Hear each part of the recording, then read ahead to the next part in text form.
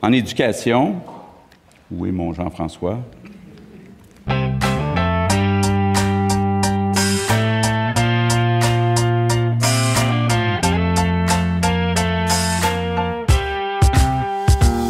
Ben là, ce qu'on semble voir, c'est qu'il y a un ministre de l'Éducation et de l'Enseignement supérieur, qui est M. Roberge, et il y a une ministre déléguée.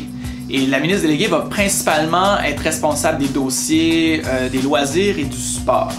Donc là, on est vraiment dans une dynamique où l'éducation et l'enseignement supérieur sont repris complètement ensemble sous l'autorité d'un seul ministre. La CAQ semble adopter le modèle qui a été préconisé par le Parti libéral, donc de prendre l'innovation, de prendre la recherche universitaire et de le mettre dans le ministère du Développement économique. L'idée étant de dire qu'il faut que la recherche, peu importe où elle est produite, contribue au développement économique. Mais en faisant ça, on vient de séparer deux missions fondamentales des universités, qui est l'enseignement et la recherche. Il va falloir voir si cette recherche-là, elle continue à être valorisée à l'intérieur de l'enseignement supérieur ou si on n'essaye pas de la tirer constamment vers les préoccupations des entreprises et du développement économique. Premièrement, dans les avantages, c'est l'idée de dire que tout ce qui est innovation et recherche, que ce soit dans les universités, les gouvernements ou les entreprises, va être géré par le même ministère, qui est aussi celui du développement économique. Par contre, ce que ça veut dire, c'est qu'on vient de séparer deux missions universitaires. Donc la mission enseignement va être couverte par le ministère de l'Éducation, et la mission recherche va être couverte par un autre ministère, ce qui veut dire qu'il y a une séparation et possiblement des incohérences entre le financement des deux missions. On va quand même mettre une chose au clair, de fusionner le ministère de l'Enseignement supérieur et le ministère de l'Éducation, ça permet une meilleure cohérence. Lorsqu'on veut créer des comités interordres, c'est beaucoup plus facile si c'est à l'intérieur de la même structure. On va avoir des gens dans le même comité qui sont du primaire, secondaire, collégial, universitaire. Les DEC-BAC, c'est beaucoup plus facile à faire.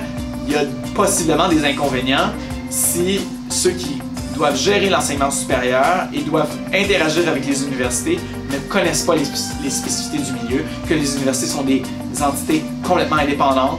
Les professeurs ne sont pas des employés de l'État. Donc c'est extrêmement important de comprendre l'autonomie dont ils bénéficient, la liberté professorale, la liberté universitaire, la collégialité. Ce sont des dynamiques qui font que les universités ne peuvent pas être gérées comme les autres sociétés qui relèvent, ou d'autres organisations qui relèvent du ministère.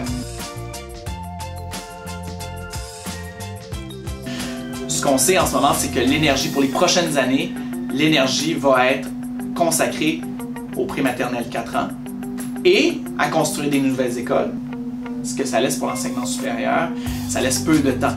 Et ce qu'on constate quand même depuis le début des années 2000, c'est qu'il y a un manque criant de ressources organisationnelles pour analyser finement ce qui se passe dans l'enseignement supérieur. Donc, les universités produisent plein de données sur leur diplomation, sur le nombre de programmes, sur les cohortes, sur l'accessibilité, sur les différentes clientèles étudiantes, sur l'aide financière.